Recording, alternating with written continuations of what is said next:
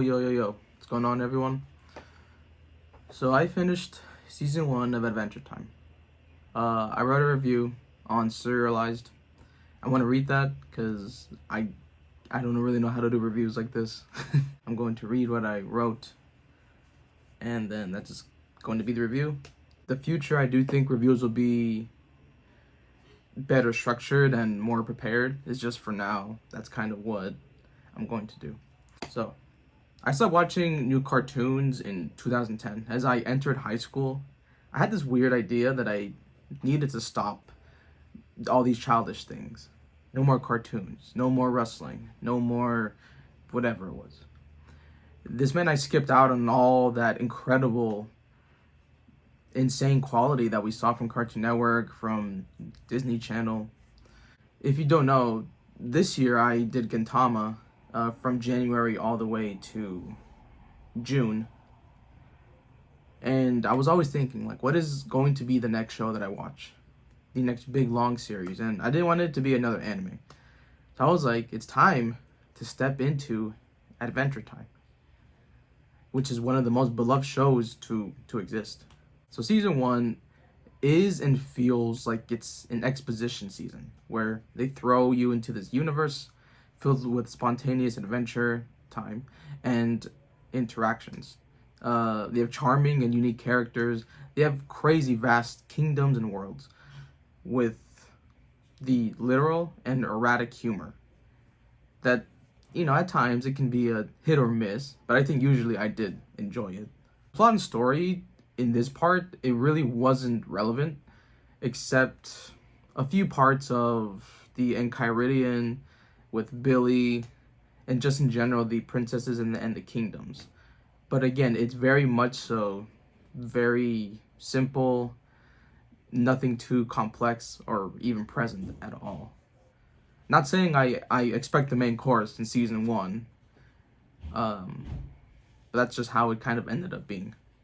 The characters, so far, they've been endearing, they've been effective, and they just have so much room to grow.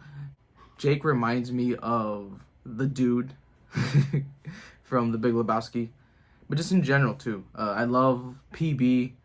I love the whole thing and aesthetic of Marceline. Ice King has a lot of potential to be very dynamic because he's kind of complex with his whole love and loneliness type of thing.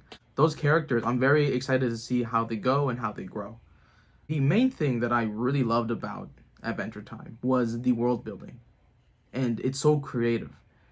And I'm not saying it's like a One Piece thing, but I've seen about 190 episodes of One Piece, and that's the initial vibe that I got from it. Was like, dude, like this show can go anywhere and everywhere, and it's just so expansive, and every world is like included, it's detailed.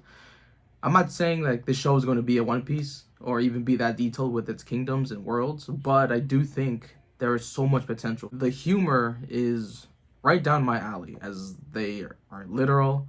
They use great vocabulary, just like in SpongeBob sometimes. They're witty and just have great delivery in their performances. Sometimes it can have weak and lazy writing from the episodes or the humor, but again, I think since it's a season 1, it's establishing it, and I think even at the time, the writers weren't thinking where it goes or how things will happen. It's just a cartoon. So again, I won't be too hard on that, but I still have to be real and honest with the way that I felt of the season.